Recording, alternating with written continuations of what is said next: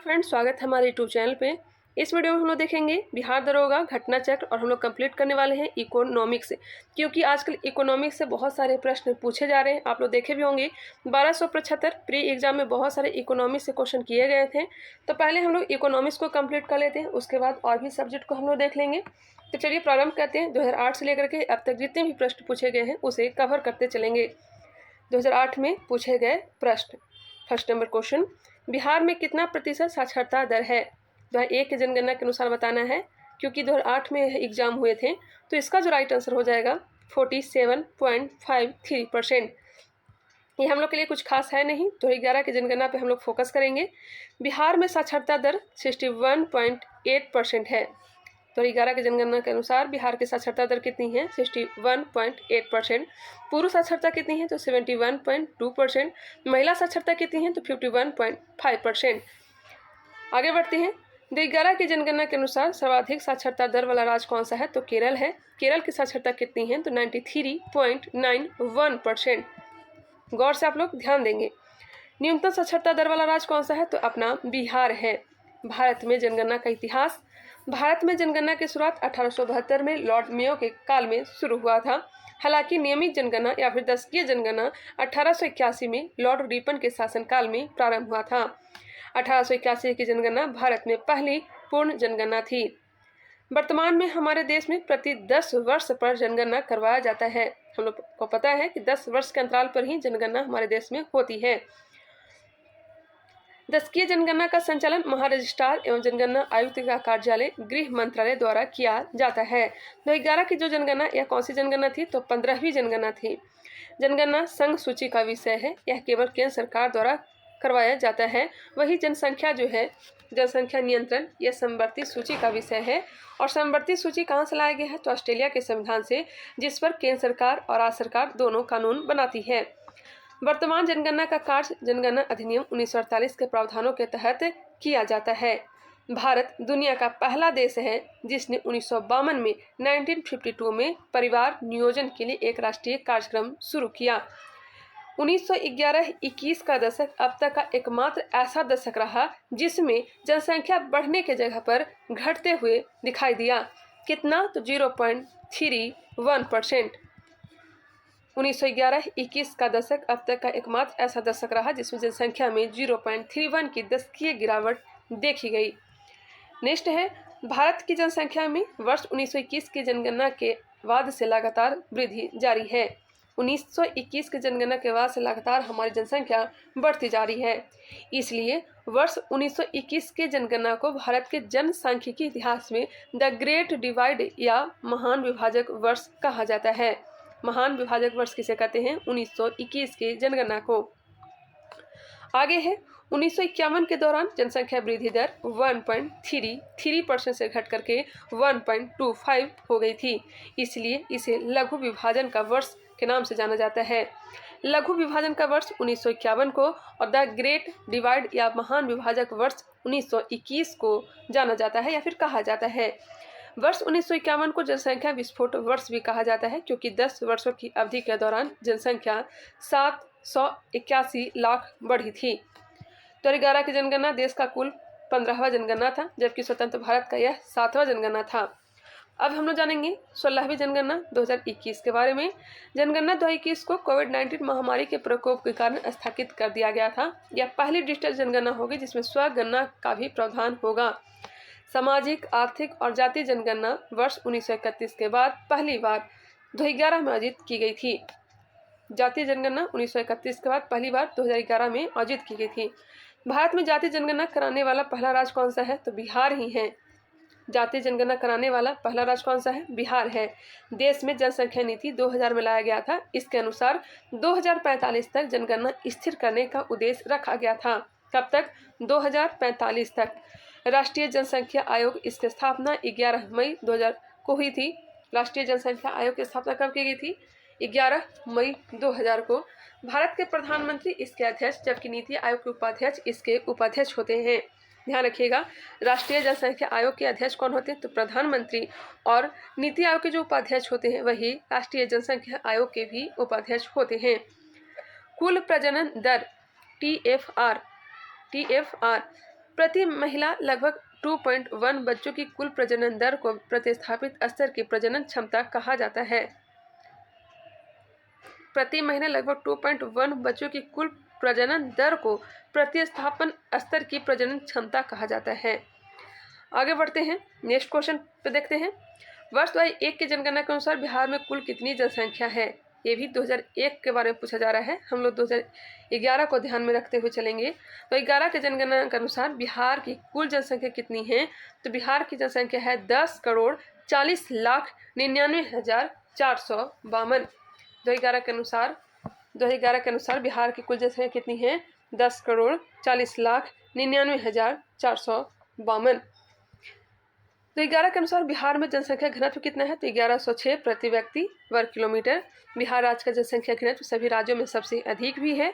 हिमाचल प्रदेश का जनसंख्या घनत्व सभी राज्यों में सबसे कम है, 17 व्यक्ति प्रति वर्ग किलोमीटर। केंद्र शासित प्रदेश एवं राज्य में सबसे अधिक जनसंख्या घनत्व दिल्ली का है। तो 11 के जनगणना के अनुसार बिहार का लिंगानुपात कितना है? तो 918। नेक्स्ट क्वेश्चन है, अब हम लोग चलेंगे 2008 हमने क्लियर कर लिया। 2012 में पूछे गए प्रश्न को देख लेते हैं। कृषि का भारतीय जीडीपी में लगभग कितना प्रतिशत में कितना योगदान है? कृषि का भारतीय जीडीपी में लगभग प्रतिशतता में कितना योगदान है? नहीं आंसर दिया गया है। 2022-23 का दिया गया है 16.91%। इसको आप लोग करेंट के अनुसार से याद रखेंगे। जैसे ऐसी कोई अर्थव्यवस्था का विकास होता है, उसे देश के अर्थव्यवस्था में प्राथमिक क्षेत्र का योगदान घटता है। जैसे जैसे तृतीय अर्थव्यवस्था का विकास होता है, उस देश के अर्थव्यवस्था में प्राथमिक क्षेत्र का योगदान घटता है, जबकि सेवा क्षेत्र का योगदान बढ़ता है। विकसित देश में प्राथमिक क्षेत्र में कम लोग रोजगार में लगे होते हैं, जबकि सेवा क्षेत्र में अधिक लोग रोजगार में लगे होते हैं। प्राथमिक क्षेत्र है क्या? यहाँ पे आप लोग समझेंगे। प्राथमिक क्षेत्र अर्थव्यवस्था का वह क्षेत्र है जो प्राकृतिक संसाधनों का सीधा उपयोग करता है या इस पर निर्भर रहता है। इसका एग्जाम्पल है कृषि, वानिकी, मछली पकड़ना, खनन, पशुपालन, मत्स्य पालन, मुर्गी पालन इत्यादि। सेकेंडरी सेक्टर अर्थव्यवस्था का वह क्षेत्र जिसमें वस्तुओं का विनिर्माण किया जाता है। इसमें कच्चे माल को तैयार, उपयोग, योग, उत्पादन में बदलते हैं। द्वितीय क्षेत्र में प्राथमिक क्षेत्र के चीज़ों को मूल्य बढ़ा दिया जाता है, जैसे कि कपास से कपड़ा बनाना, गन्ना से चीनी बनाना, लौह अयस्क से इस्पात बनाना। कपास, गन्ना एवं लोहा का उत्पादन प्राथमिक क्षेत्र से संबंधित है। अब हम जानेंगे सर्विस सेक्टर, जिसे तृतीय क्षेत्र कहते हैं। इसमें वे सभी सेवाएं शामिल हैं जो वस्तुओं के बजाय सेवाएं देती हैं। तृतीय क्षेत्र को सेवा क्षेत्र भी कहा जाता है, जैसे कि परिवहन, भंडारण, संचार, बैंकिंग, व्यापार, शिक्षा, प्रबंधन, लोक प्रशासन एवं लोक सेवा, सूचना, न्याय, बीमा इत्यादि। 1/9/2012 में पूछे गए प्रश्न। आयात और निर्यात पर लगने वाला कर है। आयात और निर्यात पर कौन सा कर लगता है? तो सीमा शुल्क लगता है, कस्टम ड्यूटी लगता है। इसका मकसद घरेलू उपयोग को प्रोत्साहित करना या संरक्षित करना है। उत्पाद शुल्क क्या है? उत्पाद शुल्क या आबकारी एक अप्रत्यक्ष कर है जो भारत में विनिर्माण की जाने वाली उन वस्तुओं पर लगाया जाता है जो घरेलू खपत के लिए होती है। सीमा शुल्क एवं उत्पाद शुल्क अप्रत्यक्ष कर का उदाहरण है। अब आयकर के बारे में जानते हैं, इनकम टैक्स के बारे में जानते हैं। आयकर व्यक्तियों या संस्थाओं पर उनके द्वारा अर्जित आय या मुनाफे के संबंध में लगाया जाने वाला कर है। यह प्रत्यक्ष कर का उदाहरण है। हमारे देश में प्रोग्रेसिव इनकम टैक्स लगाया जाता है। यह एक ऐसा कर है जिसमें कर योग्य राशि बढ़ने पर कर की दर बढ़ जाती है। जितने पैसे आप कमाना स्टार्ट करेंगे उतना ही कर जो है वो भी बढ़ते ही जाएगी। अप्रत्यक्ष कर को रिग्रेसिव माना जाता है। अप्रत्यक्ष कर को रिग्रेसिव माना जाता है। नेक्स्ट क्वेश्चन, वह दर जिस पर बैंक भारतीय रिजर्व बैंक को ऋण देती है कहलाते हैं। वह दर जिस पर बैंक भारतीय रिजर्व बैंक को ऋण देती है यह हो जाएगा रिवर्स रेपो दर, रिवर्स रेपो रेट जिसे कहते हैं। यह वह ब्याज दर है जिस पर भारतीय रिजर्व बैंक वाणिज्यिक बैंकों से पैसा उधार लेता है। भारतीय रिजर्व बैंक वाणिज्यिक बैंकों से पैसा उधार लेता है। अब है रेपो रेट। यह वह ब्याज दर है जिस पर भारतीय रिजर्व बैंक वाणिज्यिक बैंकों को पैसा उधार देता है। यहाँ पे आरबीआई जो है वाणिज्यिक बैंकों को पैसा उधार दे रहा है। रेपो दर को पूर्ण खरीद दर के रूप में भी जाना जाता है। रेपो दर को पूर्ण खरीद दर के रूप में भी जाना जाता है, रीपर्चेस रेट के रूप में भी जाना जाता है। रेपो दर को पॉलिसी रेट भी कहा जाता है। रेपो दर एवं रिवर्स रेपो दर अल्पकालीन ऋण के लिए उपयोग होता है। अब जानेंगे CRR के बारे में, कैश रिजर्व रेशियो के बारे में। नगद आरक्षित अनुपात जिसे कहते हैं, कुल जमा का वह प्रतिशत है जिसमें बैंकों को RBI के पास नकदी के रूप में रखना होता है। इस पर RBI बैंकों को कोई भी ब्याज नहीं देता है। नेक्स्ट है SLR। SLR वैधानिक तरलता अनुपात है, कुल जमा का प्रतिशत है जिसे बैंकों को नकदी, सरकारी प्रतिभूतियों या सोने जैसे तरल संपत्ति के रूप में अपने पास बनाए रखना पड़ता है। कुल जमा का प्रतिशत है जिसे बैंकों को नकदी, सरकारी प्रतिभूतियों या सोने जैसे तरल संपत्ति के रूप में अपने पास बनाए रखना पड़ता है, उसे को कहते हैं वैधानिक तरलता अनुपात। बैंक CRR एवं SLR पर कुछ भी लाभ नहीं कमाता है। यदि RBI द्वारा CRR या SLR या रेपो रेट को बढ़ा दिया जाए तो बाजार में मुद्रा आपूर्ति घट जाएगा। ऐसा मुद्रास्फीति को नियंत्रित करने में किया जाता है। मुद्रास्फीति को नियंत्रित करने में क्या किया जाता है? RBI के द्वारा CRR, SLR रेपो रेट को बढ़ा दिया जाता है, जिससे मुद्रा आपूर्ति बाजार में घट जाता है और महंगाई पर नियंत्रण किया जा सकता है। यदि RBI द्वारा CRR या SLR या रेपो रेट को घटा दिया जाए तो बाजार में मुद्रा आपूर्ति बढ़ जाएगा। ऐसा मंदी से निपटने के लिए किया जाता है। नेक्स्ट है OMO, ओपन मार्केट ऑपरेशन। जब भारतीय रिजर्व बैंक द्वारा खुले बाजार में सरकारी प्रतिभूतियों और ट्रेजरी बिलों की खरीद बिक्री किया जाता है तो इस प्रक्रिया को ओपन मार्केट ऑपरेशन कहा जाता है। नेक्स्ट क्वेश्चन पे गौर करेंगे। पंचवर्षीय योजना को स्वीकृति देने वाला सर्वोच्च निकाय है। पंचवर्षीय योजना को स्वीकृति देने वाला सर्वोच्च निकाय राष्ट्रीय विकास परिषद है। पंचवर्षीय योजना आयोग बनाता था, जबकि इसको राष्ट्रीय विकास परिषद द्वारा अंतिम रूप से अनुमोदन दिया जाता था। योजना आयोग के बारे में जानते हैं। प्लानिंग कमीशन के बारे में, इसकी स्थापना 15 मार्च 1950 को किया गया था। 2014 में इसे समाप्त कर दिया गया। इसके अध्यक्ष प्रधानमंत्री होते हैं। योजना आयोग के अध्यक्ष, पहले अध्यक्ष कौन थे? योजना आयोग के प्रथम अध्यक्ष कौन थे? तो पंडित जवाहरलाल नेहरू। और अंतिम उपाध्यक्ष कौन हुए? तो नरेंद्र मोदी हुए। योजना आयोग न तो संवैधानिक निकाय है और न ही वैधानिक निकाय है। योजना आयोग एक सलाहकारी निकाय था। योजना आयोग के स्थान पर नीति आयोग ला दिया गया 1 जनवरी 2015 को। राष्ट्रीय विकास परिषद, राष्ट्रीय विकास परिषद नेशनल डेवलपमेंट काउंसिल, इसकी स्थापना 6 अगस्त 1952 को किया गया। प्रधानमंत्री इसके पदेन अध्यक्ष होते हैं।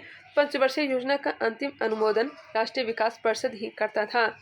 यह न तो संवैधानिक निकाय है न ही वैधानिक निकाय है। यहाँ पे दिया गया है पंचवर्षीय योजना, बहुत ही महत्वपूर्ण टॉपिक है। हाँ, वो तो है ही। इसमें क्या पढ़ना है? अच्छा, आप लोग के लिए है पंचवर्षीय योजना का कार्यकाल आप लोग पढ़ लें, कौन सा मॉडल पर आधारित है वो आप लोग देख लें, उद्देश्य क्या है, कौन पंचवर्षीय योजना बनाता था, कौन इसको अनुमोदन देता था, यह सब आप लोग को पढ़ना है। पंचवर्षीय योजना 5 ईयर प्लानिंग। भारत में कुल 12 पंचवर्षीय योजना लाया गया था 1951 से लेकर के 2017 तक। पंचवर्षीय योजना का कार्यकाल और मॉडल यहाँ पे दिया गया है। पहली पंचवर्षीय योजना 1951 से 56 तक हेराल्ड डोमर मॉडल पर आधारित है। दूसरा 1956 से 1961 महालनोबिस मॉडल पर आधारित। तीसरा का कार्यकाल है 1961 से 66। चौथा का कार्यकाल है 1969 से 74। पाँचवा 1974 से 78। और आप लोग देख सकते हैं पाँचवीं पंचवर्षीय योजना 5 वर्ष की जगह पर 4 वर्ष का ही था और यह DP धर मॉडल पर आधारित था। बाकी ये सब आप लोग देखना चाहें तो देख सकते हैं। योजना अवकाश आप लोग देख लें 1966 से लेकर के 1969। दूसरा 1978 से 1980। तीसरा 1990 से 1992। निम्न का मिलान करें। वार्षिक योजना हमने देख लिया, अब हम देखेंगे निम्न का मिलान करें। प्रथम पंचवर्षीय योजना, प्रथम पंचवर्षीय योजना 1951 से 1956। वार्षिक योजना 1978 से 1979। चतुर्थ पंचवर्षीय योजना, वार्षिक योजना 1966 से 1969 होगा, माफ करिएगा। रोलिंग प्लान हो जाएगा 1978 से 79। रोलिंग प्लान 1978 से 79। चतुर्थ पंचवर्षीय योजना 1969 से 1974। एक बार फिर से मिला लेते हैं।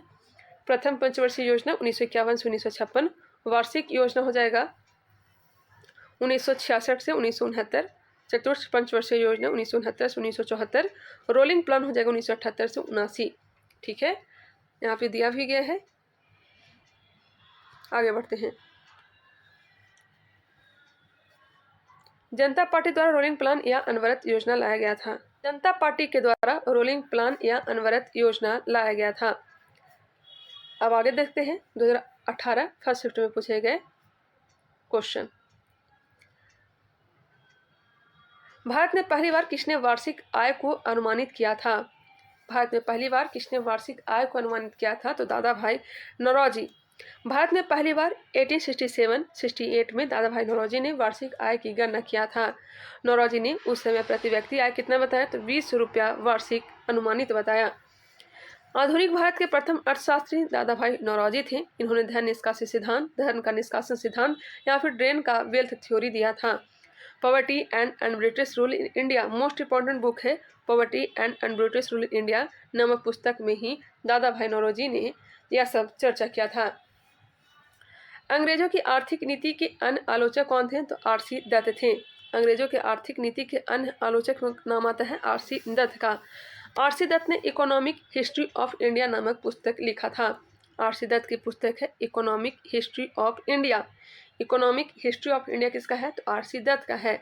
भारत में वैज्ञानिक दृष्टि से सबसे पहले राष्ट्रीय आय की गणना किसने किया था? Professor V.K.R.V. रॉ ने 1931-32 में। भारत में वैज्ञानिक दृष्टि से सबसे पहले राष्ट्रीय आय की गणना किसने किया? Professor V.K.R.V. रॉ 1931-32 में। स्वतंत्र भारत में प्रथम राष्ट्रीय आय समिति 1949 ईस्वी में पी.सी. महालनोबिस की अध्यक्षता में बनाया गया था। राष्ट्रीय आय समिति का गठन 1949 में किसके द्वारा? पी.सी. महालनोबिस की अध्यक्षता में। वर्तमान भारत में राष्ट्रीय आय की गणना NSO द्वारा किया जाता है। NSO इसका फुल फॉर्म होता है नेशनल स्टैटिस्टिक्स ऑफिस, राष्ट्रीय सांख्यिकी कार्यालय। NSO के गठन से पूर्व भारत में राष्ट्रीय आय की गणना CSO द्वारा किया जाता था, जिसका फुल फॉर्म है सेंट्रल स्टैटिस्टिक्स ऑफिस, केंद्रीय सांख्यिकी संगठन। 2019 में CSO एवं अन्य संस्था NSO का विलय करके राष्ट्रीय सांख्यिकी संगठन NSO का गठन किया गया। बाकी यहाँ पे इसका फुल फॉर्म दिया गया है NSO का नेशनल सैंपल सर्वे ऑफिस, राष्ट्रीय नमूना सर्वेक्षण कार्यालय। आगे बढ़ते हैं। भारत राष्ट्रीय आय की गणना की 3 विधियां हैं। एक है उत्पाद विधि, दूसरा है आय विधि और तीसरा है उपभोग विधि। भारत राष्ट्रीय आय की गणना की 3 विधियां कौन कौन सा है? उत्पाद है, आय है और उपभोग विधि है। नेक्स्ट क्वेश्चन पर ध्यान देंगे। 2011 की जनगणना के अनुसार भारत में निम्नलिखित में से किस राज्य में लिंगानुपात सर्वाधिक है? ऑप्शन के अकॉर्डिंग हो जाएगा तमिलनाडु। 2011 की जनगणना के अनुसार भारत का लिंगानुपात 943 था। सर्वाधिक लिंगानुपात वाला राज्य केरल का है 1084। सबसे कम लिंगानुपात वाला राज्य है हरियाणा 879 879 है। और बिहार का लिंगानुपात कितना है? तो 918 है। बाकी यहाँ पे दिया गया है तमिलनाडु का 996, गोवा का 973, कर्नाटक का भी 973 लिंगानुपात है। नीति आयोग के उपाध्यक्ष कौन है? उस समय का क्वेश्चन है। तो उस समय कौन थे? तो राजीव शुक्ला थे, राजीव शुक्ला। वर्तमान में नीति आयोग के अध्यक्ष कौन है? आप लोग कमेंट करके बताइएगा। यहाँ पे सुमन बेरी दिया गया है। नीति आयोग के CEO परमेश्वरन अय्यर है। नीति आयोग एवं योजना आयोग दोनों महत्वपूर्ण है, अतः दोनों को पढ़ना है। योजना आयोग को समाप्त कर नीति आयोग बनाया गया। नीति का फुल फॉर्म होता है national institution for transforming India, national institution for transforming India. इसकी स्थापना 1 जनवरी 2015 को। अध्यक्ष प्रधानमंत्री। और नीति आयोग के प्रथम अध्यक्ष कौन हुए? तो श्री नरेंद्र मोदी। नीति आयोग के पहले उपाध्यक्ष कौन हुए? अरविंद पनगढ़िया। वर्तमान उपाध्यक्ष डॉक्टर सुमन के वेरी। एग्जाम के पहले अपडेट कर लीजिएगा। नीति आयोग के पहले CEO कौन थे? तो सिंधु श्री खुल्लर थे। वर्तमान CEO PR सुब्रमण्यम। नेक्स्ट है ब्लू चिप कंपनी क्या है? ब्लू चिप कंपनी क्या है? ब्लू चिप कंपनी आर्थिक रूप से बहुत मजबूत होती है। ब्लू चिप कंपनी आर्थिक रूप से बहुत मजबूत होती है। ब्लू चिप कंपनी आर्थिक रूप से बहुत मजबूत होती है एवं अपने क्षेत्र के शीर्ष 3 कंपनियों में शामिल होती है। ऐसी कंपनियों में निवेश करना अधिक सुरक्षित माना जाता है, जैसे कि टाटा समूह, Reliance industries, HDFC bank, LIC, Apple, Microsoft इत्यादि। सकल घरेलू उत्पाद को किसके सभी के मूल्य के रूप में परिभाषित किया गया है? सकल घरेलू उत्पाद को किसके सभी के मूल्य के रूप में परिभाषित किया गया है? तो किसी अर्थव्यवस्था में एक वर्ष भर में उत्पादित अंतिम वस्तुएं एवं सेवाएं। सकल घरेलू उत्पाद किसी अर्थव्यवस्था में एक वर्ष भर में उत्पादित अंतिम वस्तुएं एवं सेवाएं। यहाँ GDP, GNP, NDP, NNP इत्यादि को पढ़ लेना है। अगर आप लोग के नोटबुक में होगा तो इसको पढ़ लीजिएगा। बाकी यहाँ पे दिया गया है। GDP है क्या? तो इसका फुल फॉर्म होता है ग्रॉस डोमेस्टिक प्रोडक्ट, सकल घरेलू उत्पाद। एक विशिष्ट समय अवधि, आमतौर पर एक वर्ष के दौरान किसी देश में उत्पादित सभी अंतिम वस्तुओं और सेवाओं का कुल मौद्रिक मूल्य को GDP कहा जाता है। GDP में देश के नागरिकों के अलावा विदेशी भी शामिल होते हैं। नेक्स्ट है, GDP में किसको शामिल नहीं किया जाता? ध्यान रखिएगा, GDP में घरेलू कामकाज में लगी महिलाओं को शामिल नहीं किया जाता, स्वदेशी निःशुल्क सेवा देने वाले संगठन को शामिल नहीं किया जाता है, ब्लैक इकोनॉमी को शामिल नहीं किया जाता। GDP और राष्ट्रीय आय कैलकुलेशन में क्या समस्या है? GDP और राष्ट्रीय आय के कैलकुलेशन में क्या समस्या है उसे देखेंगे। सरकार के पास संपूर्ण डाटा की कमी, समानांतर ब्लैक अर्थव्यवस्था का प्रचलन, घरेलू कामकाज में महिलाओं योगदान को शामिल नहीं करना, स्वैच्छिक संगठन की सेवा को शामिल नहीं करना। अब जानेंगे GNP के बारे में, ग्रॉस नेशनल प्रोडक्ट के बारे में, सकल राष्ट्रीय उत्पाद के बारे में। किसी देश के निवासियों और व्यवसाय द्वारा एक वर्ष में विश्व के अलग अलग भागों में उत्पादित सभी अंतिम वस्तुएं और सेवाओं का कुल मौद्रिक मूल्य को GNP कहा जाता है। एक बार फिर से गौर करेंगे, किसी देश के निवासियों और व्यवसायों द्वारा एक वर्ष में विश्व के अलग अलग भागों में उत्पादित सभी अंतिम वस्तुएं और सेवाओं का कुल मौद्रिक मूल्य को क्या कहते हैं? GNP कहते हैं। GNP में सिर्फ एक देश के नागरिक शामिल होते हैं। GNP equal to GDP plus X minus M, जहाँ X जो है देशवासी द्वारा विदेशों में अर्जित आय है और M क्या है? तो विदेशियों द्वारा देश में अर्जित आय। मतलब अगर हम लोग विदेश में इनकम कर रहे हैं उसको जोड़ा गया है, और विदेशी हमारे यहाँ आकर के इनकम कर रहे हैं, मतलब अर्जित आय कर रहे हैं, तो उसे घटाया गया है। तो GNP equal to GDP plus X minus M।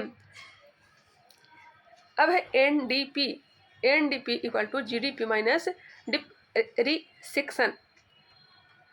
Net domestic पर मूल ह्रास product equal to gross domestic product minus depreciation. मतलब शुद्ध घरेलू उत्पाद इक्वल टू कुल घरेलू उत्पाद माइनस मूल ह्रास। शुद्ध घरेलू उत्पाद के लिए कुल घरेलू उत्पाद में से मूल ह्रास को माइनस कर देंगे। NNP gross national product minus depreciation. वही NNP नेट नेशनल प्रोडक्ट होता है। शुद्ध राष्ट्रीय उत्पाद इक्वल टू होता है कुल राष्ट्रीय उत्पाद माइनस मूल ह्रास। सबसे शुद्ध राष्ट्रीय आय NNP पर होता है। राष्ट्रीय आय इक्वल टू बाजार कीमत पर NNP माइनस अप्रत्यक्ष कर प्लस सब्सिडी। राष्ट्रीय आय इक्वल टू बाजार कीमत पर NNP माइनस अप्रत्यक्ष कर प्लस सब्सिडी। ये सब फॉर्मूला को आप लोग याद रखेंगे। एक बार आप लोग खुद से देखना चाहें तो देख सकते हैं। आप लोग खुद से एक बार देख लेंगे तो अच्छे ढंग से आप लोग को समझ में आ जाएगी। ठीक है, अब आगे क्वेश्चन पर ध्यान देंगे। किसी वस्तु की कीमत में वृद्धि से क्या अभिप्राय है? किसी वस्तु की कीमत में वृद्धि से क्या अभिप्राय है? तो मुद्रा का मूल्य है जो गिर जाएगा और वस्तु के मूल्य में वृद्धि हो जाएगी, जिसे हम लोग आमतौर पर मुद्रास्फीति कहते हैं। इस अवस्था को मुद्रास्फीति कहते हैं। एक सीमा तक मुद्रास्फीति उद्योग व्यापार के लिए प्रोत्साहन का कार्य करता है। मुद्रास्फीति को रोकने के लिए साख संकुचन करना चाहिए। मंदी किसे कहेंगे? मंदी का मूल कारण क्रय शक्ति का अभाव होना है। मंदी को रोकने के लिए साख का प्रसार करना चाहिए। वैश्विक आर्थिक महामंदी 1929 में अमेरिका में आया था। वैश्विक आर्थिक महामंदी कब आया था? 1929 में अमेरिका में।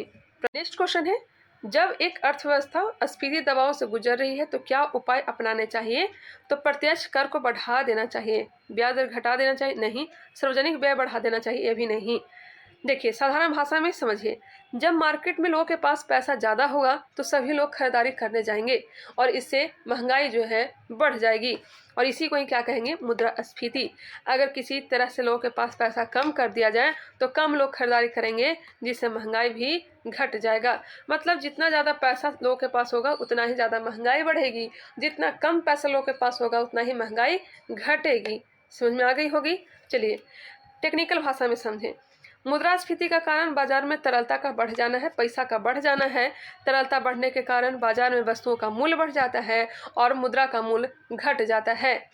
तरलता बढ़ने के कारण बाजार में वस्तुओं का मूल्य बढ़ जाता है, मतलब 100 रुपये किलो हो गया और मुद्रा का मूल्य क्या हो गया, घट जाता है। मुद्रास्फीति को रोकने के लिए बाजार में तरलता कम करना होगा। महंगाई को नियंत्रित करने के लिए सरकार क्या प्रयास करती है वो भी देख लें। सरकार को प्रत्यक्ष कर बढ़ा देना चाहिए ताकि लोगों के पास पैसा कम बचे। अप्रत्यक्ष कर बढ़ा देना चाहिए, सार्वजनिक व्यय घटा देना चाहिए।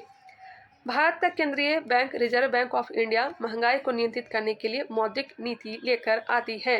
भारत का केंद्रीय रिजर्व बैंक ऑफ इंडिया जो है, आरबीआई जो है, महंगाई को नियंत्रित करने के लिए मौद्रिक नीति लेकर आती है। मौद्रिक नीति के माध्यम से बैंक दर, रेपो दर, सीआरआर, एसएलआर की मात्रा को बढ़ाना पड़ता है। ध्यान रखिएगा, बढ़ाना पड़ता है। मंदी के समय बाजार में तरलता की कमी होती है। जब मंदी हो जाएगा तो क्या हो जाएगा, पैसा की कमी हो जाएगी बाजार में। अतः सरकार को एवं आरबीआई को ऐसा नीति अपनाना पड़ता है जिससे लोगों के पास पैसा पहुंचे। बहुत सारे लोन देना स्टार्ट कर देता है बैंक भी। लोन देगा तो हम लोग के पास पैसे आएंगे और मंदी से छुटकारा मिल सकता है। नेक्स्ट है हस्तांतरण मूल्य का संबंध निम्न में से किससे है। हस्तांतरण मूल्य का संबंध एक खाते से दूसरे खाते में पैसों के हस्तांतरण से। हस्तांतरण मूल्य का संबंध एक खाते से दूसरे खाते में पैसे के ट्रांसफर पेमेंट से। ट्रांसफर मूल्य है क्या, हस्तांतरण मूल्य है क्या, इसका संबंध एक खाते से दूसरे खाते में पैसों का हस्तांतरण करने से है। समान स्वामित्व या नियंत्रण के तहत उद्यमों के भीतर पैसा का हस्तांतरण। साधारण भुगतान क्या है, या सरकार हस्तांतरण भुगतान, माफ करिएगा, हस्तांतरण भुगतान क्या है, ट्रांसफर पेमेंट है क्या, या सरकार या संस्था व्यक्ति के तरफ एक तरफा पेमेंट होता है। इसके बदले में सरकार या संस्था व्यक्ति को कुछ भी वापस नहीं प्राप्त होता है। साधारण उदाहरण, जब आपके यहाँ रिश्तेदार आते हैं तो जाते वक्त बच्चों को कुछ पैसा देते हैं पर बदले में बच्चों द्वारा कुछ भी नहीं लिया जाता है। एक बार फिर से, जब आपके यहाँ रिश्तेदार आते हैं तो जाते वक्त बच्चों को कुछ पैसा देते हैं पर बदले में बच्चों द्वारा कुछ भी नहीं लिया जाता है। यहाँ पे लिया जाता होना चाहिए था। चलिए, हस्तांतरण भुगतान सरकार द्वारा आय और धन का पुनर्वितरण है। सरकार और सरकारी एजेंसियां आमतौर पर ऐसे लोगों का हस्तांतरण भुगतान करती है जिनके पास आय का कोई अन्य स्रोत नहीं है और जीवन की गुणवत्ता खराब है, जैसे कि गरीबों की सब्सिडी, पेंशन, छात्रवृत्ति, कल्याणकारी योजना।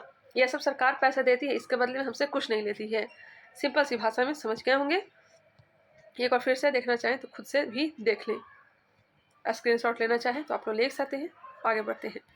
निम्न में से कौन सी मुद्राएं स्पेशल ड्राइंग राइट की पेटिका में आती है। तो यूएस डॉलर आता है, जापानी येन आता है, ब्रिटिश पाउंड आता है, चाइनीज रेवेन्यू आता है और यूरो भी आता है। स्पेशल ड्राइंग राइट्स एसडीआर है क्या, इसका फुल फॉर्म याद रखिएगा। स्पेशल ड्राइंग राइट विशेष आहरण अधिकार। विशेष आहरण अधिकार 1969 में अंतर्राष्ट्रीय मुद्रा कोष द्वारा बनाई गई एक अंतर्राष्ट्रीय प्रकार की मौद्रिक आरक्षित मुद्रा को संदर्भित करता है। एसडीआर के मूल्य की गणना प्रमुख मुद्राओं की भारी टोकरी से की जाती है। एसडीआर पेटिका में यूएस डॉलर, जापानी येन, ब्रिटिश पाउंड, चाइनीज रेवेन्यू और यूरो सभी आता है। एसडीआर को स्वर्ण कागज भी कहा जाता है। एसडीआर को क्या कहते हैं, गोल्ड मनी कहते हैं, गोल्ड पेपर कहते हैं। स्वर्ण कागज मतलब गोल्ड पेपर भी कहा जाता है। रिजर्व ट्रेंच शब्द का संबंध भी आईएफ से है। रिजर्व ट्रेंच शब्द का संबंध किससे है, आईएफ से। आईएमएफ यहाँ पे आईएफ दिया है, आईएमएफ होना चाहिए था। आईएमएफ की स्थापना ब्रेटन वुड्स सम्मेलन 1944 के आधार पर 27 दिसंबर 1945 को किया गया। आईएमएफ विश्व बैंक के ब्रेटन वुड्स का ट्विन सिस्टर कहा जाता है। आईएमएफ विश्व बैंक को ब्रेटन वुड्स का ट्विन सिस्टर कहा जाता है। विश्व बैंक एवं आईएफ को बढ़िया से पढ़ लीजिएगा। अच्छा ठीक है भाई, पढ़ लेंगे। अब है 2018 सेकंड शिफ्ट में पूछे गए प्रश्न। रिजर्व बैंक ऑफ इंडिया के प्रथम भारतीय राज्यपाल कौन थे? तो प्रथम थे सी.डी. देशमुख। आरबीआई का राष्ट्रीयकरण कब किया गया था? तो 1 जनवरी 1949 को 1 जनवरी 1949 को। स्थापना कब किया गया था? आरबीआई का स्थापना किया गया था 1 अप्रैल 1935 को।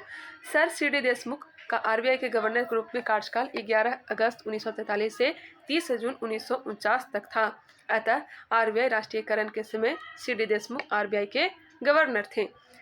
आरबीआई के बारे में जानते हैं। इसे भारत का केंद्रीय बैंक कहा जाता है। स्थापना 1 अप्रैल 1935 में हुआ था। कौन सा एक्ट के तहत? तो आरबीआई एक्ट 1934 एवं भारत शासन अधिनियम 1935 के प्रावधान के तहत।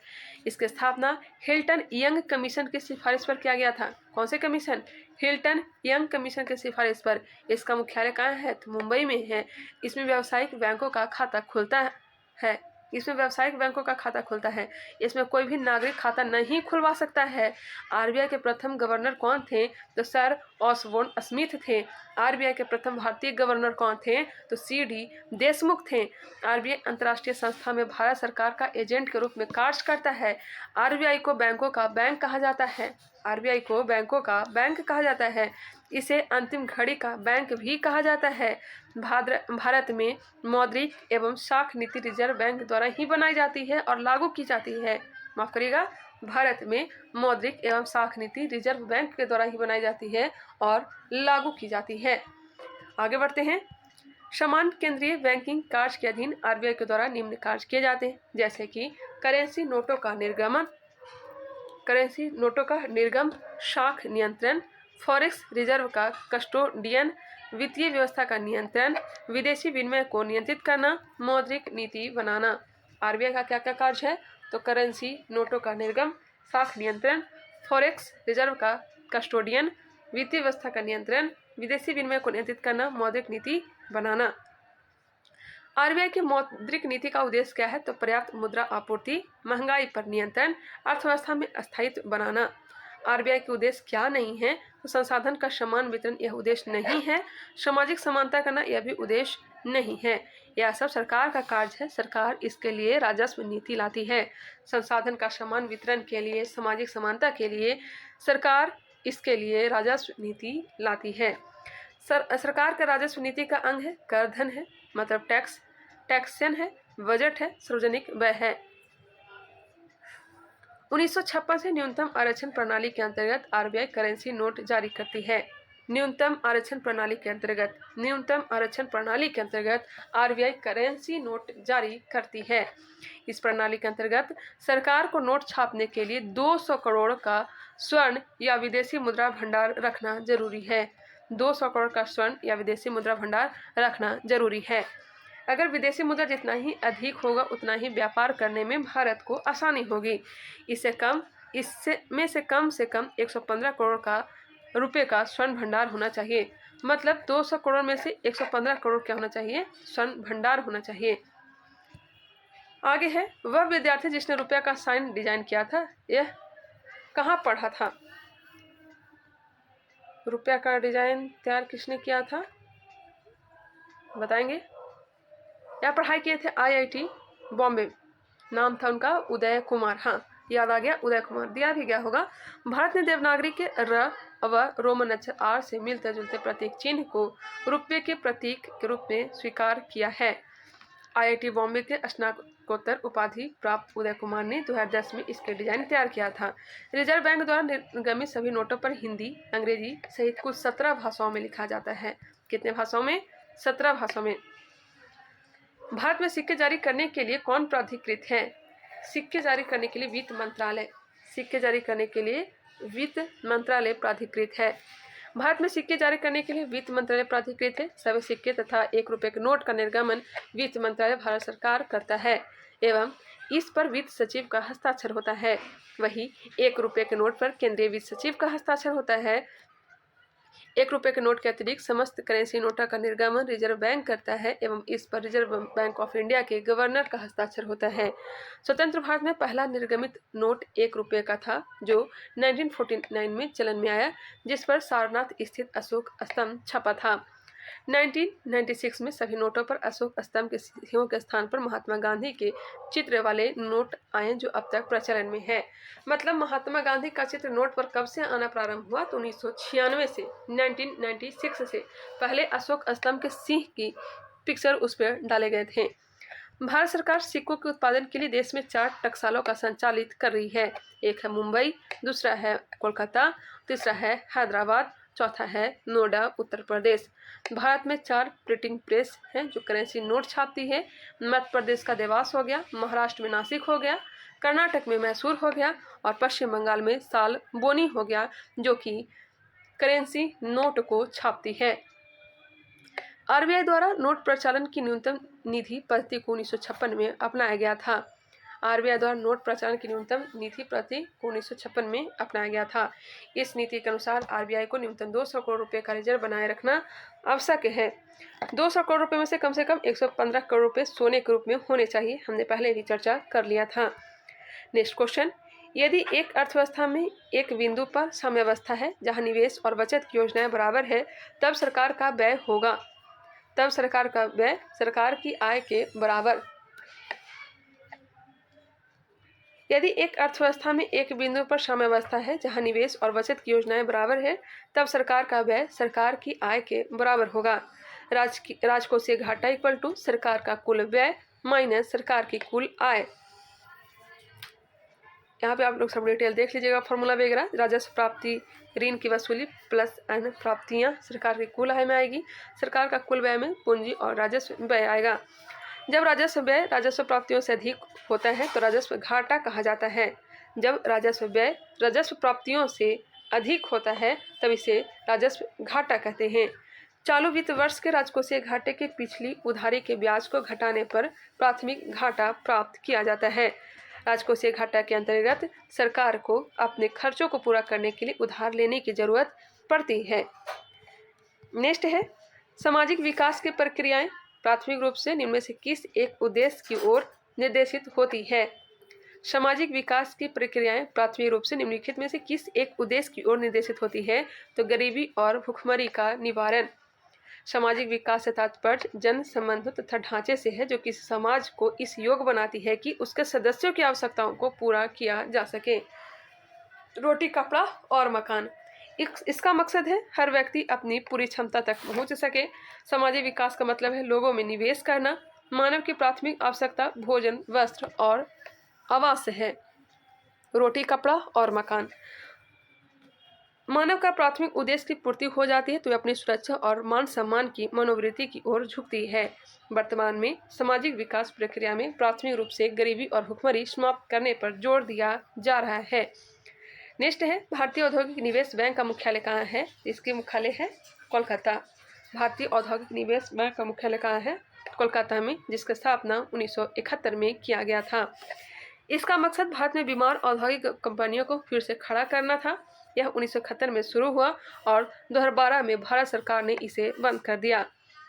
बाकी ये सब के बारे में पढ़ लीजिएगा। सिडबी के बारे में, नाबार्ड के बारे में, सेबी के बारे में यहाँ से क्वेश्चन पूछे ही जाते हैं। नेक्स्ट क्वेश्चन, किस कंपनी को महारत्न का दर्जा नहीं दिया गया है? ऑप्शन के अकॉर्डिंग हाल हो जाएगा, हालांकि इसे अब जो है महारत्न का दर्जा दे दिया गया है। महारत्न कंपनी योजना का उद्देश्य बड़े सार्वजनिक क्षेत्र के उद्यमों को अपने कारोबार का विस्तार करने तथा विश्व में बड़ी कंपनी के रूप में उभरने में समर्थ बनाना है। महारत्न कंपनियां भारत में केंद्रीय सार्वजनिक क्षेत्र उद्यम CPSE है, जिनके पास अधिक वित्तीय और परिचालन स्वायत्तता है। भारत सरकार ने 2009 में महारत्न का दर्जा स्थापित किया था। 1997 ईस्वी में केंद्रीय सार्वजनिक क्षेत्र उद्यम को नवरत्न का दर्जा देने का शुरुआत किया गया था। यह दर्जा मूलतः 9 कंपनियों के लिए ही सृजित किया गया था, अतः इसे नवरत्न कहा गया। केंद्रीय लोक उद्यम विभाग द्वारा यह दर्जा दिया जाता है। महारत्न कंपनी का दर्जा 2009 में केंद्रीय उद्यम विभाग ने देने का निर्णय लिया। 2023 तक भारत में 13 महारत्न कंपनियां हैं। इन्हें नवरत्न या मिनी रत्न कंपनियों की तुलना में अधिक स्वायत्तता और शक्ति प्राप्त होता है। लिस्ट दिया गया है, जैसे कि भेल हो गया, BPCL हो गया, CIL हो गया, कोल इंडिया लिमिटेड हो गया, पूरा नाम गेल हो गया, gas authority of India limited, HPCL हो गया, Hindustan petroleum corporation limited, IOCL Indian oil corporation limited, national thermal national thermal power corporation NTPC, जिसका नाम है ONGC, oil and natural gas corporation. Power grid हो गया, power grid corporation of India. Steel authority of India limited, SAIL हो गया। Rural electrification corporation limited, RECL हो गया। PFC, power finance corporation. Oil India limited, OIL। इसको खुद एक बार पढ़िए, बढ़िया से पढ़ लीजिएगा, आप लोग फिर से आप लोग देख लेंगे, ठीक है। आगे बढ़ते हैं। 2018 री एग्जाम में पूछे गए प्रश्नों को देख लेते हैं। भारत में राष्ट्रीय आय लेखा किसके द्वारा प्रकाशित किए जाते हैं? भारत में राष्ट्रीय आय लेखा केंद्रीय सांख्यिकी संगठन के द्वारा। वर्तमान भारत में राष्ट्रीय आय की गणना NSO द्वारा किया जाता है। NSO के गठन से पूर्व भारत में राष्ट्रीय आय की गणना CSO द्वारा किया जाता था। 2019 में CSO एवं एक अन्य संस्था NSSO का विलय करके राष्ट्रीय सांख्यिकी संगठन का गठन किया गया। बाकी इसके बारे में डिटेल हमने पहले ही देख लिया था। नेक्स्ट क्वेश्चन, भारत सबसे ज्यादा राजस्व एकत्रित करती है। भारत सबसे ज़्यादा राजस्व एकत्रित करती है। वर्तमान में कॉर्पोरेट टैक्स से भारत सबसे ज़्यादा राजस्व एकत्रित करती है, कॉर्पोरेट टैक्स से। नाबार्ड नाम है, नाबार्ड यह हो जाएगा कृषि की सहायता के लिए विशिष्ट बैंक। नाबार्ड नाम है कृषि की सहायता के लिए विशिष्ट बैंक का। नाबार्ड का फुल फॉर्म होता है national bank of agriculture and rural development. National bank for agricultural and rural development, राष्ट्रीय कृषि और ग्रामीण विकास बैंक। इसकी स्थापना 12 जुलाई 1982 को की गई थी। मुख्यालय मुंबई। नाबार्ड भारत में क्षेत्रीय ग्रामीण बैंकों और शीर्ष सहकारी बैंकों के समग्र विनियमन के लिए एक शीर्ष नियामक निकाय है। यह भारत सरकार के वित्त मंत्रालय के अधिकार क्षेत्र में है। नेक्स्ट क्वेश्चन, विश्व बैंक का दूसरा नाम है। विश्व बैंक का दूसरा नाम हो जाएगा RBRD।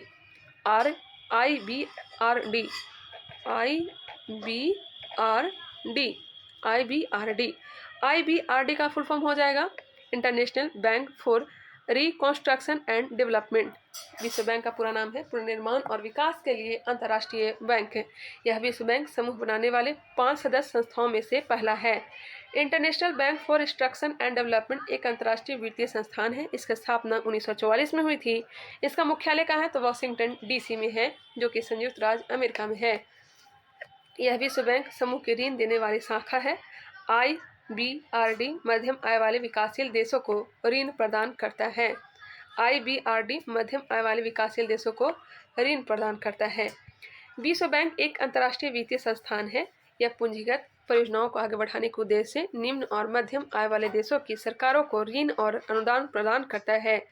विश्व bank international bank for instruction and development, जिसका नाम है IBRD, और नेशनल डेवलपमेंट एसोसिएशन IDA का सामूहिक नाम है, जो विश्व बैंक समूह के स्वामित्व वाले 5 अंतर्राष्ट्रीय संगठनों में से 2 हैं। इसकी स्थापना 1944 के ब्रेटन वुड्स सम्मेलन में अंतर्राष्ट्रीय मुद्रा कोष के साथ की गई थी। वर्तमान में 2023 में विश्व बैंक के कुल 189 सदस्य हैं। विश्व बैंक एवं अंतर्राष्ट्रीय मुद्रा कोष का मुख्यालय कहाँ है? तो वाशिंगटन DC में है। विश्व बैंक का भी, अंतर्राष्ट्रीय मुद्रा कोष का भी।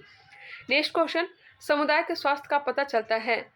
समुदाय के स्वास्थ्य का पता चलता है शिशु मृत्यु दर से। शिशु मृत्यु दर से